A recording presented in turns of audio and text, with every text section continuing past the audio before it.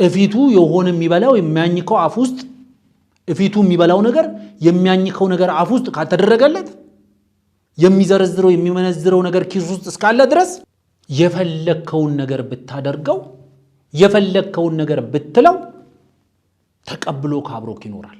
አቶ ታዬም ተብለው ቢሆን ኖሮ የሚሉትን ነገር ተብለው ቢሆን ኖሮ የአቶ ታዬ ሞራል ኢንቴግሪቲ የሚለካው የሞራል ልዕልናቸው ይለካ የነበረው አይ ይሄ አሁን ያልካቸው ነገሮች ስህተት ናቸው፣ ስለዚህ የኔና ያንተ መንገድ እዚህ ጋር ያበቃል።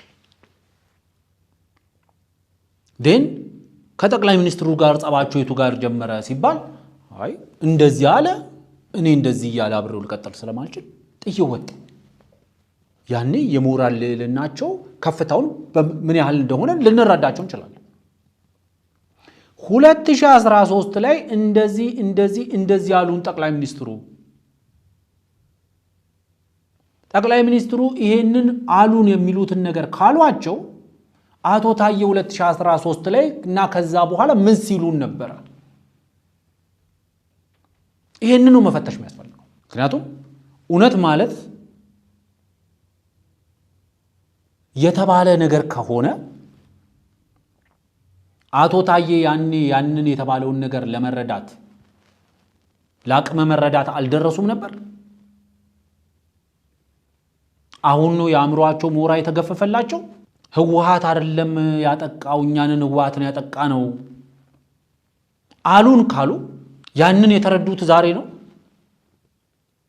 ጭንቅላታቸው ያንን ለመረዳት የበቃው ወይም ደግሞ ለአቅመ መረዳት የደረሰው ዛሬ ነው። ህወሓት የህወሓት ታጣቂዎች ወደ አማራ ክልልና ወደ አፋር ክልል የገቡት እኛ ፈቅደን ነው እንጂ ተሸንፈን አይደለም ሲሉ ያኔ የዛሬ እንግዲህ 2013 ማለት የዛሬ 4 ዓመት ምናምን ማለት ነው። የዛሬ 4 ዓመት ይሄ ሲነገራቸው ከ4 ዓመት በኋላ ነው አቶ ታዬ ይሄ እውነት የገባቸው ወይስ እንደ ሌሎቹ የአሳማ ብሔርተኛ ስለሆኑ? እስከ ቅርብ ጊዜ ድረስ አቶ ታዬ በዚህ የሚታሙ አልነበሩ።